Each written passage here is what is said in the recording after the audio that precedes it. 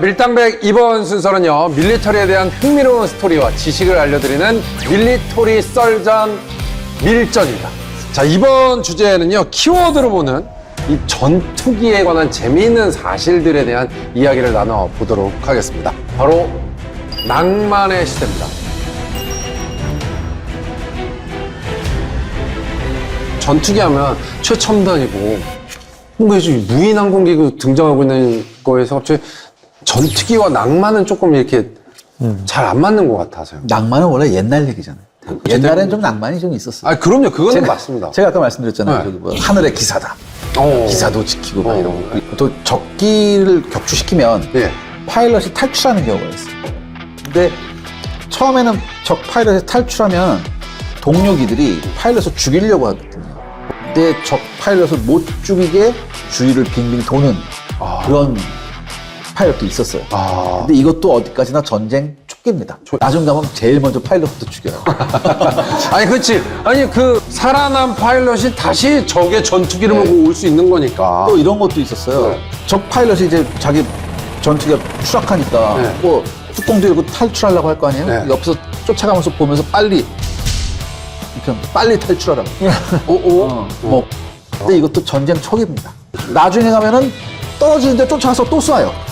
그래서 완전히 분해될 때까지. 모든 전쟁에서 낭만이란 있을 수도 아, 없어요. 그럼요. 그거는 말 같지도 않은 사람의 일이에요. 목숨. 그렇긴 하지만 그런 게 또 부각이 되는 거겠죠. 그렇겠죠. 예. 예. 진짜. 그리고 이때는 거의 공중전의 고개 비행이었어요. 속도가 빠르지 않을 때예요. 예. 그러니까 속도보다는 서로 붙어서 도구 파이팅, 선회전을 하려고 하면 막 고개 비행을 했잖아요. 예. 이게 사실 저때 당시 저런 비행기가 고개 비행하면 굉장히 위험합니다. 왜냐? 저때 당시에 대부분 저런 비행기들은 금속재가 아니에요. 나무하고 캔버스로 만들었어요. 내구성이 약한데 만약 저런 비행기가 급강하라도 해보세요. 날개 두 개 정도는 뜯겨나와. 그래서 죽은 파일럿이 부지기수예요. 근데 이런 자신의 비행기의 내구성 한계를 알매도 불구하고 뭐예요? 사나이라는. 공중에서 적하고 맞붙었는데 꽁무니 빼기 싫다 이거지. 그래서 낭만이라는 게 붙었던 거거든요. 맞아요. 야, 이게 뭔가 되게 진짜 멋있네요, 확실히. 그러니까 이게 1차 대전은 하나의 싸움을 잘하는 애가 있으면 들어가서 막 휘젓는 거예요. 근데 이제 기술이 발달하니까 예. 그걸 못하죠. 현대전술이 이제 발전하면서 이런 낭만의 시대는 지나는.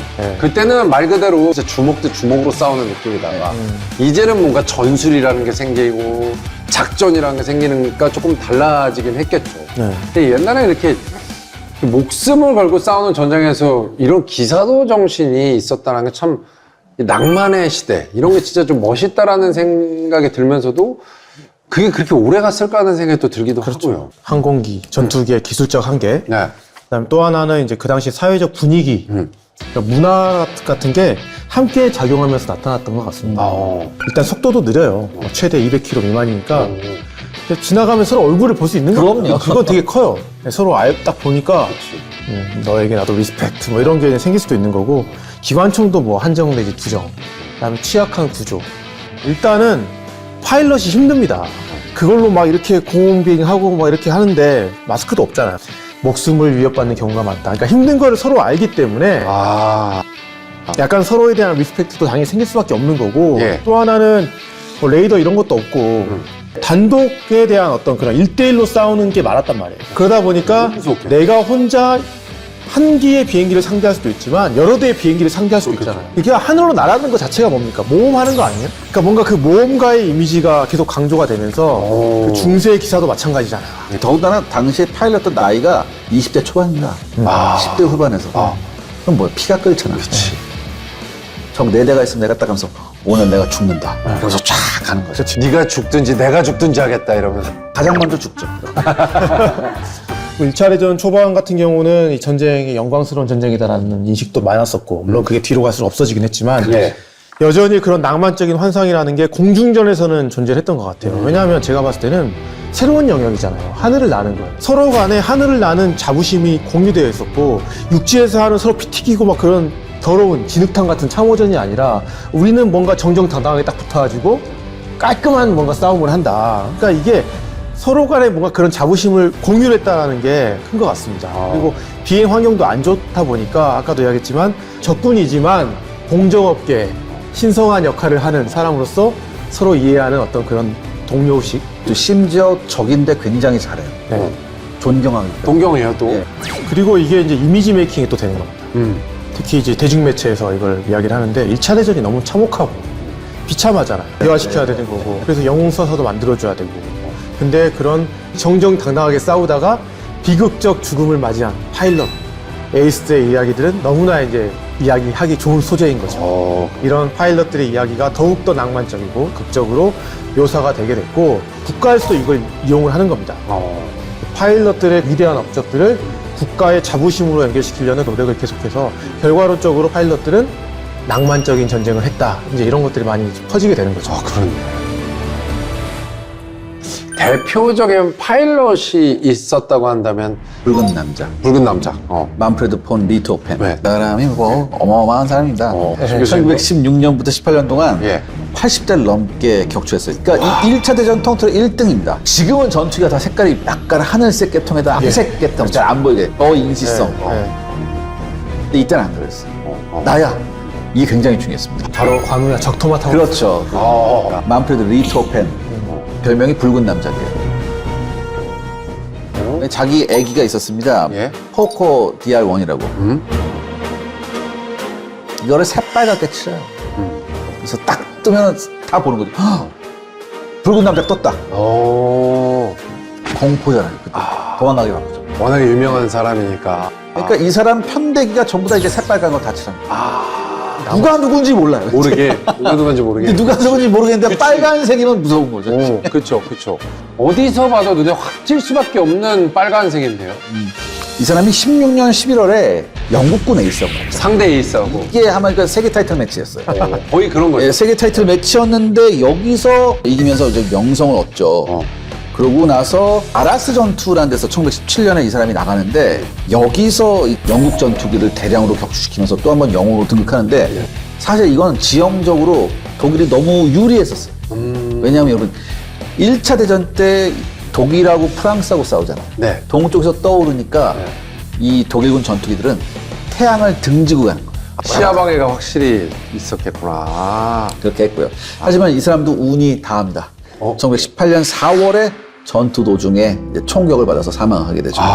그렇구나. 그런데 놀라운 건 리트호펜의 사망 소식을 영국군이 듣고 예. 이 영국도 리트호펜의 시신을 수습해서 장례를 치러줍니다. 우와. 굉장히 성대한. 초반이었죠, 주. 예. 와, 진짜 얼마 안 돼서. 이 사람에 대한 스토리는 진짜 많아요. 가장 널리 알려진 인물이기도 하고요. 그렇군요. 또 빨간색이 상징하는 게 또 크잖아요. 그렇죠, 예.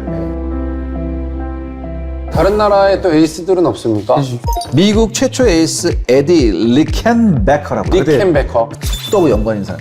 빨라요? 왜? 카레이서 출신이었어요. 지원을 하게 돼서 파일럿으로 가는데 네.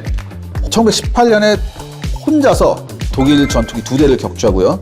그다음에 독일한테 뭐 이제 독가스 뭐 공격도 받고 막 이렇게 했는데 이 사람이 놀랍게 마스크 없이 적 진지에 폭격을 성공하는 그런 쾌거를 이룹니다. 독가스가 살포되고 있는 중에서. 그렇죠. 와.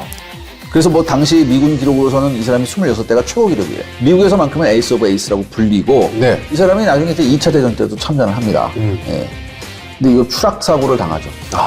태평양에서 홀로 남겨졌는데 무려 24일간 생선하고 버터만 먹으면서 견딥니다. 엄청난 정신력의 소리예요. 네. 미군 파일럿들은 좀 이제 특이한 부분이 미군이 정식으로 참전하기 전에도 예. 자원에서 의용 파일럿이 프랑스군에 갔어요. 들어가서 싸웠던 미군 조종사들이 많습니다. 그렇군요. 그거 이제 라파에트 비행단이라고 하는데 라파에트라는 인물이 이제 프랑스 사람이지만 미국의 독립전쟁에 들어와서 미국과 같이 싸웠거든요. 와, 그것도 신기해. 그러니까 이제 프랑스에서 어떻게 보면 이제 프랑스와 미국의 함께 뭔가를 기념할 수 있는 인물을 이름을 정해가지고 예. 미군 파일럿들이 프랑스군에서 싸웠을 때 라파에트 비행단이라고 이제 불린 거죠. 그렇군요. 이 사람들 동기는 정말 제각각이었었는데 어떻게 보면 프랑스를 위해 싸운다라기보다는 하늘이 좋았어. 예. 낭만이네. 그거야말로 정말 낭만이죠. 진짜 낭만이네. 그때 지원했던 파일럿들도 다 나이가 19, 20 다 이래요. 네. 가장 이상적인 꿈을 꿀 때잖아요. 아니, 근데 그쵸. 가장 이상적인 꿈이고 하늘을 난다라는 게 지금이야 우리가 뭐 비행기나 지금이야 뭐 그렇지만 거의 뭐 우주선이 만들어져서 우주로 갈 수 있는 확률이 높아졌을 네. 때 얘기 네. 같은 거 아닐까 하는 생각이 들기도 해요. 그런 꿈의 실현을 위해서 자원해서 갔다라는 거. 그런 거를 적군이든 아군이든 공유하고 있기 때문에 파일럿들끼리는 그런 문화가 생겼다라고 볼 수도 있을 것 같아요. 그렇지. 그냥 우리는 그냥 어쩌다가 비즈니스 한번 해봤어. 아, 이게 내가 이 인생에서 내가 비즈니스를 타는구나 이러잖아요. 퍼스트에서 라면을 끓여주는 거, 이거 확실히 다르구나. 아, 그럼. 자, 그리고 또 다른 인물 있습니까? 그 다음에 제가 생각나는 누구냐면 또 게르만스키입니다. 네. 2차 대전의 독일군 최고 에이스 에리 하르트만.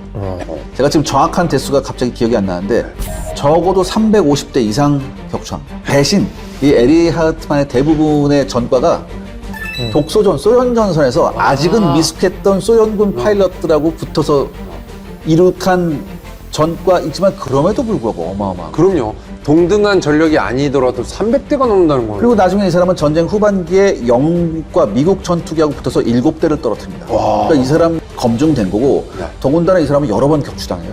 한 번은 소련군 지역에 격추돼서 떨어져서요. 포로까지 됐어요. 야음에 소련군 가드를 때려 눕히고 도망칩니다. 거의 탈옥 수준으로. 네. 오. 완전히 그 대탈주 한번 하고 네. 영화 찍고 다시 돌아와요. 와. 그리고 이 사람이 전쟁이 끝났을 때 소련이 우리한테 넘겨줘야 될 포로 1순위가 에리 하르트만이었어요.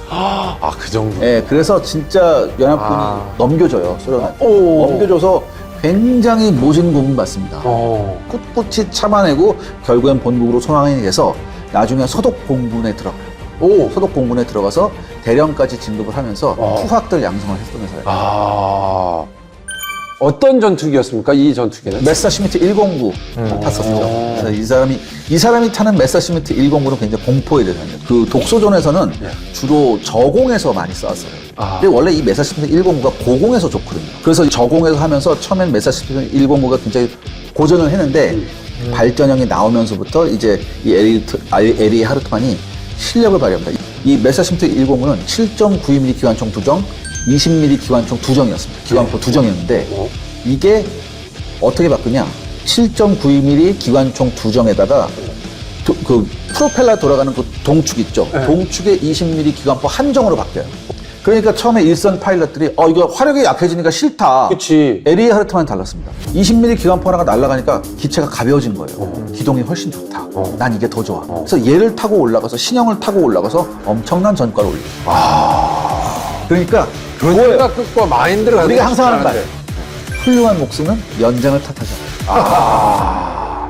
자, 다음 키워드는요, 문화입니다. 이 전투기를 조종하는 파일럿들은 유대감을 강조하는 여러 가지 이 재밌는 문화들이 굉장히 많다는 얘기가 있더라고요. 미공에서 이륙 신호가 있어요. 이륙 신호에서 이제 그걸 수신호 해주는 그 이제 부사관이나 병사관인데 거의 춤을 추다시피 하거든요. 공중작전 나가기 전에 파일럿이 긴장하잖아요. 파일럿을 긴장을 풀어주면서 파일럿의 사기를 올려준답니다. 그래서 막 이제 뭐 수신호 할 때 보통 이렇게 하는데 막 춤도 막 거의 막 그냥 별짓을 다 해요. 이렇게 하면서 하지만 중요한 건 뭐냐? 마지막 땅할 때 깔끔하게 경례합니다. 그런데 이 수신호를 보고 미 해군이 비웃죠. 왜요? 공군은 막 이렇게 하거든요. 어떻게 해요? 미 해군은 탑건 보셨잖아요. 가판 위에 포인트맨이 어떡합니까? 딱 대기하고 있으면 이게 착 해요. 이거 하는 게 있어요. 이게 착 하면 이게 쫙 나가는 거. 이렇게 하면 멋있어요. 굉장히 멋있어요. 맞아. 이게 또 독특한 자기만의 또 우리가 왜 퍼포먼스. 야구 볼 때 주심이 스트라이크 아웃 다 다르잖아. 그거하고 비슷해요. 이렇게 하는 애들도 있고 뭐 이렇게 하는 애들도 있고 막 이렇게 하는 애들도 있어요. 이렇게 할 일 없어, 이렇게? 근데 갔다 와서는 파일럿한테 맞겠지. 너 일로 와봐, 막. 마치 내가 신호를 줘야지만 이게 움직이는 것처럼. 거기도 마지막에 멋진 게 사출기로 쫙 나가면은 그 뒤에다 대고 또 경례를 딱 해요. 그럼 거기서 이제 가는 거죠. 되게 사소해 보이지만 의미가 있어요. 의미 있죠. 네.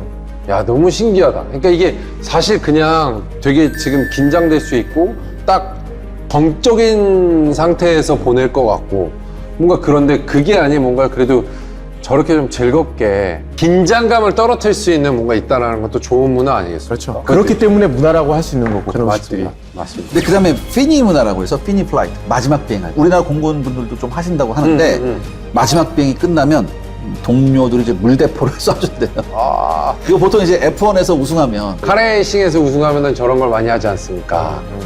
어떻게 보면은 진짜 이게 엄격함이 있는 군대인 거잖아요. 네. 그 속에서도 유머를 잃지 않으면서 전우애를 키우는 것 같아서 어떻게 보면 자발적으로 인간적인 모습을 보여주는 게 또 하나의 낭만이지 않나. 너무 멋있다라는 생각이 들었습니다. 네.